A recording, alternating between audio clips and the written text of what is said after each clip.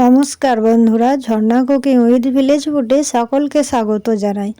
আশা করি সকলেই খুব ভালো আছেন। আমি নতুন একটি রেসিপি নিয়ে আসছি, কুমড়ো ফুলের বড়া। বন্ধুরা, এই কুমড়ো ফুলের বড়া গরম ভাতে প্রথম পাতে কিন্তু খেতে দারুণ লাগে।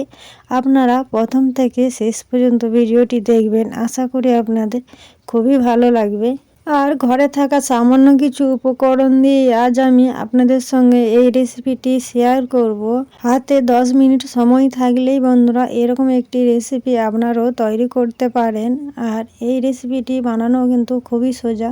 আমি এই রেসিপির জন্য নিয়েছি কুমড়ো ফুল। কুমড়ো ফুলের এই বোটাগুলো ফেলে দেব, আর এই ভিতরে যে মোটা অংশটা থাকে সেটাও কিন্তু ফেলে দেব। ফেলে পরিষ্কার করে ধুয়ে আমি এই কুমড়ো ফুলগুলো ছোট করে কেটে নেব। দেখুন বন্ধুরা, আমি সব পরিষ্কার করে ছোট করে কেটে নিয়েছি আর খুব পরিষ্কার করে কুমড়ো ফুল ধুয়ে নিয়েছি। এর মধ্যে কিন্তু পোকা থাকে।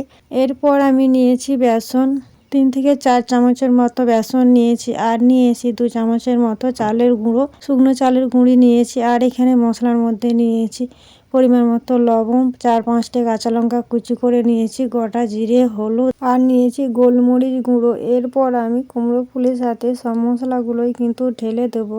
আর এই প্লেটের মধ্যে কিন্তু আমি সব মশলাই পরিমাণ মতো নিয়েছিলাম। এরপর দেব চালের গুঁড়ি আর দেব বেসনগুলোও কিন্তু আমি সম্পূর্ণই ঢেলে দিলাম। দিয়ে এরপর হাত দিয়ে খুব ভালো করে এটাকে চটকে নেব। এখন কিন্তু আমি জল দেব না, খুব ভালো করে চটকে নেওয়ার পর যদি জল লাগে তাহলে কিন্তু আমি জল দেব অল্প করে। দেখুন বন্ধুরা, এইভাবে আমি চটকে নিয়েছি আর হাতের মধ্যে মনে হচ্ছে অনেকটাই টাইট, তাই আমি অল্প একটু জল দিলাম। এইভাবে খুব ভালো করে জল দিয়ে আমি সব কিছুর সাথে মিশিয়ে নেব। কিছু সময় নিয়ে কুমড়ো ফুলের সাথে আমি সব কিছু খুব ভালো করে মিশিয়ে নিয়েছি। দেখুন বন্ধুরা, এইভাবে আমি মিশিয়ে নিয়েছি।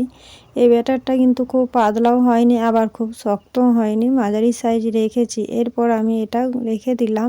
এরপর আমি কুমড়ো ফুলের বড়া ভাজার জন্য উনুন ধরিয়ে উনুনের উপরে কড়া বসিয়ে দিয়েছি। কড়া গরম করে নেব। কড়া গরম হয়ে গেছে, কড়ার মধ্যে দিলাম পরিমাণ মতো সাদা তেল। তেল গরম হয়ে গেছে, এরপর খুন্তি নিয়ে কড়ার চারপাশে খুব ভালো করে মাখিয়ে নেব।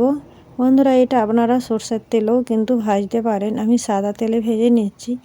এরপর আমি এই ব্যাটার থেকে অল্প অল্প ব্যাটার নিয়ে হাতের মধ্যে খুব সুন্দর করে গোল করে আমি এই তেলের মধ্যে ছেড়ে দেব।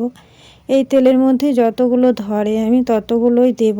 দেখুন বন্ধুরা, আমি বড়ার আকার করে এই কড়ার তেলের মধ্যেই কিন্তু দিয়ে দিলাম। এরপর নিচে দিক হয়ে গেছে, আমি একটা একটা করে উল্টে নেব। উল্টে পাল্টে কিন্তু লাল করে ভেজে নেব। এই সময় কিন্তু উনুনের আঁচটা একদম হালকা রাখতে হবে, না হলে কিন্তু পুড়ে যাবে। আর এই বড়াটা খেতে কিন্তু ভালো লাগবে না, একটু মুচমুচে ভাবে ভেজে নিতে হবে। আর মুচমুচে করলেই কিন্তু এই বড়াটা ভালো লাগবে। দেখুন বন্ধুরা, কিছু সময় নিয়ে আমি উল্টে পাল্টে লাল করে ভেজে নিয়েছি। এরপর আমি এই পাত্রের মধ্যে তুলে নেব। এই কুমড়ো ফুলের বড়াগুলো কিন্তু আমি সব এই পাত্রের মধ্যে তুলে নিলাম। আবারও একইভাবে যেটুকু রয়েছে সেটাও কিন্তু আমি এর মধ্যে দিয়ে ভেজে নেব। দেখুন বন্ধুরা, একইভাবেই আমি সবগুলোই দিয়ে দিলাম। আবারও উল্টে পাল্টে আমি ভেজে নেব।